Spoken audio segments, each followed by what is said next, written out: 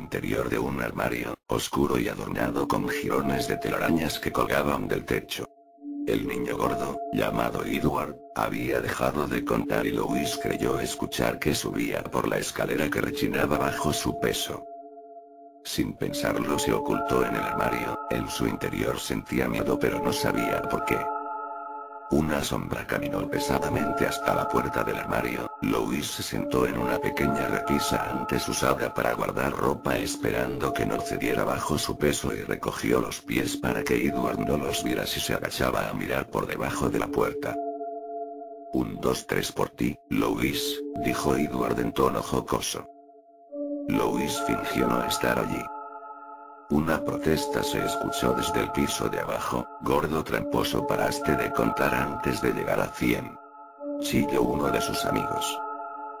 No es verdad, replicó Edward furioso, pero su voz no sonaba al otro lado de la puerta del armario, sonaba lejana y proveniente del piso de abajo. Louis no fue el único que lo notó mientras sentía que el corazón se le subía a la garganta y se quedaba latiendo allí, apresuradamente como el de un conejo que se sabe que ha caído en una trampa y pronto será desmembrado por los sabuesos. Nadie más dijo nada, pero aquella sombra seguía de pie frente a la puerta profanando la luz que entraba por la ventana. De pronto un olor agrio inundó la nariz de Louis y tuvo que hacer un gran esfuerzo para no estornudar. Ese olor quemaba como ácido y corroía el interior de su nariz.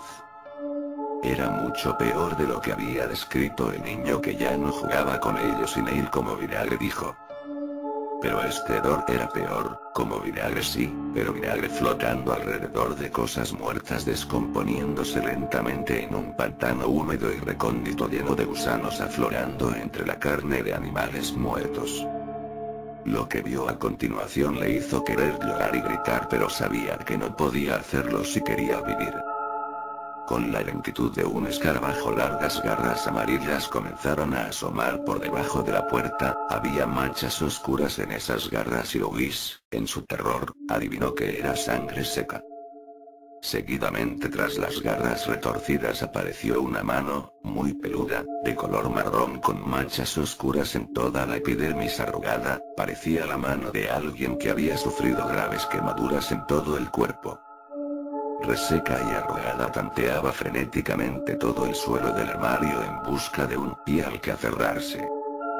Louis podía escuchar la respiración jadeante y agitada de aquella cosa y parecía que intentaba olerlo. El miedo que se retorcía en su estómago como un animal ahogándose en la profundidad de un lago oscuro, le gritaba que no emitiera ni un sonido, que aquella cosa no era humana, que era mala y quería hacerle daño. Luego un grito más aterrador provino del fondo de sus entrañas y decía: «Quiere alimentarse de ti». Louis se estremeció en la repisa y sintió una fuerte punzada en su vejiga. Aquella cosa había imitado a la perfección la voz del niño Edward para engañarlo, para hacerlo salir. Se preguntó dónde estarían los demás. Quizás temblando de miedo en sus propios escondites en aquella casa abandonada que sería su sepulcro. Se escuchó un grito ahogado y la mano peluda desapareció rápidamente. El chico que temblaba bañado en sudor en la repisa escuchó pasos rápidos y cortos que se alejaban por el pasillo. Sintió otra punzada, esta vez en la espalda, que lo obligó a ponerse de pie. Silencio. Todo lo demás pasó como en cámara rápida mientras una voz interior le gritaba: «Te lo dije. Te lo dije. No deberías estar aquí. Sal, corre y no mires atrás». Louis diría a la policía más tarde que no recordaba cómo había salido de la casa. Atravesó como una flecha las escaleras, bajando de a 3 escalones y luego salió por la puerta de entrada y corrió hasta llegar al medio de la calle desierta. Se había orinado en los pantalones, sentía la cara roja, una bolsa de piedras en el estómago cuyos costados intentaban rasgarlo y el corazón palpitándole detrás de los ojos. Se dio vuelta para mirar la casa. Antes fue un pequeño campo de juegos, ahora parecía un gigantesco palacio de madera vieja y tejas podridas que lo miraba amenazando con lanzarse sobre él, pero al momento siguiente solo se derrumbó como un castillo de cartas, como si hubiera estado sostenida por una sola tabla que alguien había retirado de un tirón, como en un juego de Jenga. Lo único que quedó en pie fue la vieja chimenea de ladrillos. Todo lo demás desapareció sepultado bajo los escombros.